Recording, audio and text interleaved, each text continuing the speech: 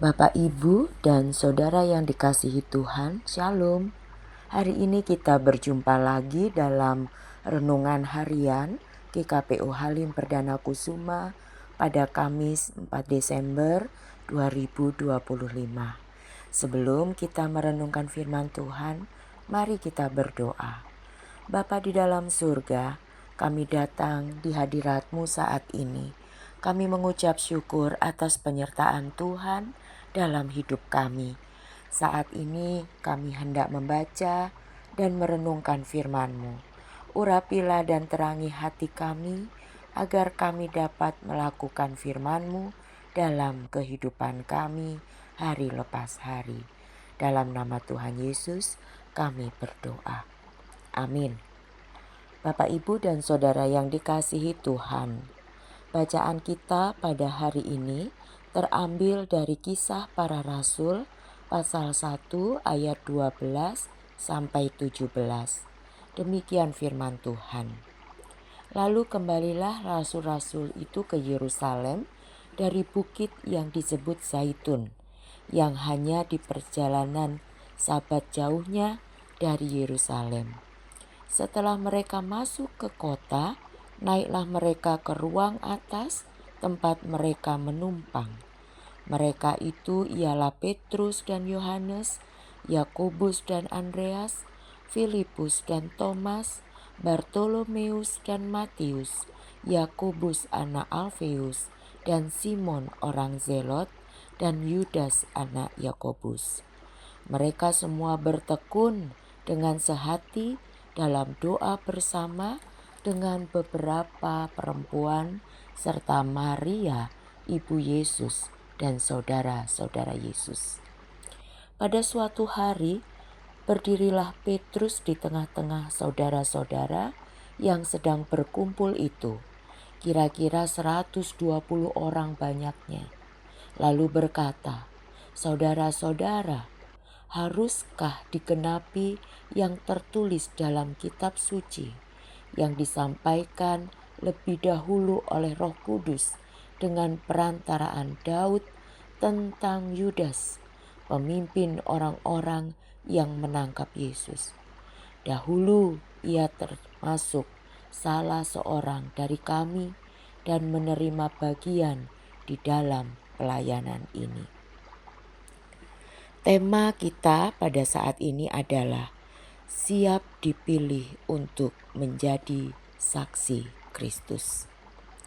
Tidak semua orang yang rajin beribadah, aktif dalam kegiatan gereja, maupun yang mengaku beriman kepada Allah adalah orang-orang yang siap dan bisa dipilih menjadi saksi Kristus, menjadi pelayan Tuhan melalui perbuatan dan perkataan, tetapi juga menjadi hamba Tuhan dan pelayan dalam gereja.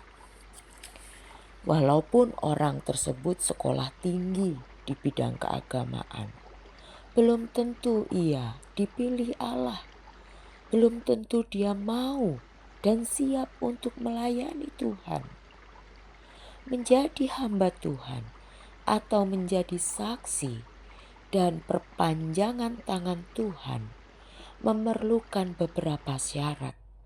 Bahkan dalam Alkitab ada syarat-syarat menjadi penatua dan diaken. Demikian juga menjadi pendeta atau pelayan di bidang-bidang yang lain. Semuanya itu tidak dipilih secara random. Ada syaratnya. Ada kriterianya. Dan hal ini adalah sesuatu yang lumrah dalam sebuah organisasi, termasuk gereja. Pemilihan raja, hakim, nabi, imam dari sejak perjanjian lama di zaman nenek moyang kita, semua itu dilakukan dengan syarat-syarat tertentu. Bahkan nabi sebesar Musa dipilih Allah tidak secara acak.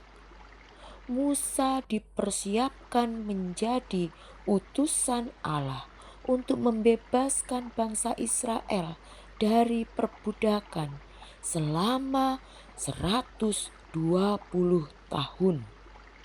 Harapan umur ideal Moshe Rabenu untuk menjadi seorang pemimpin sebagai atau menjadi seorang pemimpin dari bangsa yang besar. Di usia 120 tahun, Musa menjadi pemimpin. Bahkan dia sempat menduduki tahta kedua yang dalam Ibrani disebut Mishenah Lamelek di kerajaan Mesir. Kehidupan Musa dibagi dalam 3 periode, masing-masing 40 tahun. Sehingga totalnya menjadi 120 tahun. 40 tahun pertama, masa bayi pertumbuhan sampai dewasa. Selama 40 tahun Musa menjalani hidup bahkan menjadi the Prince of Egypt, pangeran dari kerajaan Mesir. 40 tahun kedua Musa ditinggal di luar Mesir, di tanah Nod, di Median dan lain-lain. Pada fase ini Musa menjalani kehidupan sebagai orang biasa, seorang pengembara. Dia dididik oleh Allah melalui kehidupan, pengalaman menjadi orang biasa. 40 tahun ketiga perjalanan Musa keluar dari Mesir di padang gurun. Pada Kisah Rasul 7, Musa menjadi pemimpin bangsa Israel dan sebagai nabi Allah. Lalu di padang gurun Musa menjadi marah kepada bangsa Israel atas kekerasan hati mereka. Musa kehilangan kesabarannya, dia begitu emosi lalu memukulkan tongkatnya di atas batu hingga terpecah batu itu dan mengeluarkan air. Tuhan melihat itu. Tuhan melihat Musa gagal menjadi seorang pemimpin.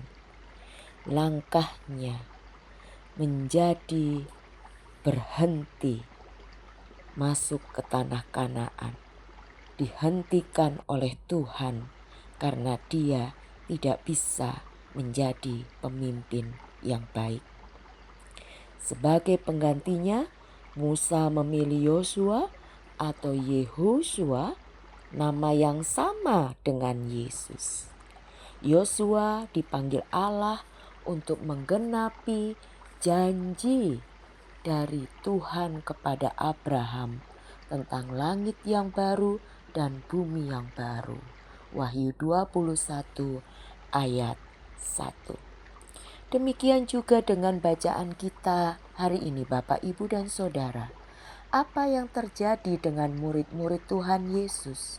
Setelah Tuhan Yesus disalib dan mati, murid-muridnya harus melanjutkan pekerjaan Tuhan, menjadi saksi-saksi Kristus sambil terus berjaga-jaga menantikan kedatangan Tuhan. Tetapi satu orang di antara mereka mati sebagai pengkhianat, yaitu Yudas. Dia tidak pantas menjadi pemimpin karena perbuatannya. Ingat, sama dengan Musa. Maka Tuhan menghentikan langkah Yudas menjadi murid Tuhan dengan kematian yang tragis. Maka untuk mengisi kekosongan posisi Yudas, dipilihlah seseorang yang bernama Matias untuk menggantikannya. Walaupun pemilihannya dengan cara diundi, namun Allah berkenan atas Matias, sehingga jumlah mereka menjadi 12 rasul. Bapak, Ibu dan Saudara yang dikasihi Tuhan, pergantian posisi seseorang dalam pelayanan harus dilakukan dengan izin Allah. Tidak bisa sembarangan. Tidak bisa juga Ada orang yang merasa dirinya pantas, atau ada orang yang merasa tidak pantas. Tidak bisa dilakukan dengan sistem tambal sulam. Maka, jika di antara kita ada yang dipilih untuk menjadi pemimpin, atau menjadi ketua panitia, atau dipilih untuk melakukan sesuatu, terimalah dengan sukacita. Sebab itu berarti Allah berkenan memakai kita sebagai saksinya. Dan kalau kita merasa kita siap, kita merasa bisa, dan sebagainya, tanyakan kepada Tuhan, apakah Tuhan berkenan terhadap diri kita atau diri orang lain. Siapkan diri kita untuk dipilih sebagai saksi-saksi Kristus. Ingatlah, kita tidak tahu kapan Tuhan akan datang. Yang perlu kita lakukan adalah mempersiapkan diri, mempersembahkan hidup untuk kemuliaan nama Tuhan, dan siap untuk menjadi saksi-saksi Kristus. Tuhan memberkati. Mari berdoa. Terima kasih Tuhan untuk firman-Mu. Biarlah Tuhan mengurapi kami untuk dapat berjaga-jaga dan selalu siap untuk dipilih menjadi saksi-saksi Tuhan. Kiranya Tuhan berkenan atas hidup kami, supaya hidup kami berguna untuk kemuliaan nama Tuhan. Inilah kami ya Tuhan, utuslah kami dan pakailah kami untuk menjadi saksi-saksi Tuhan. Dalam nama Tuhan Yesus kami berdoa. Amin. Amin.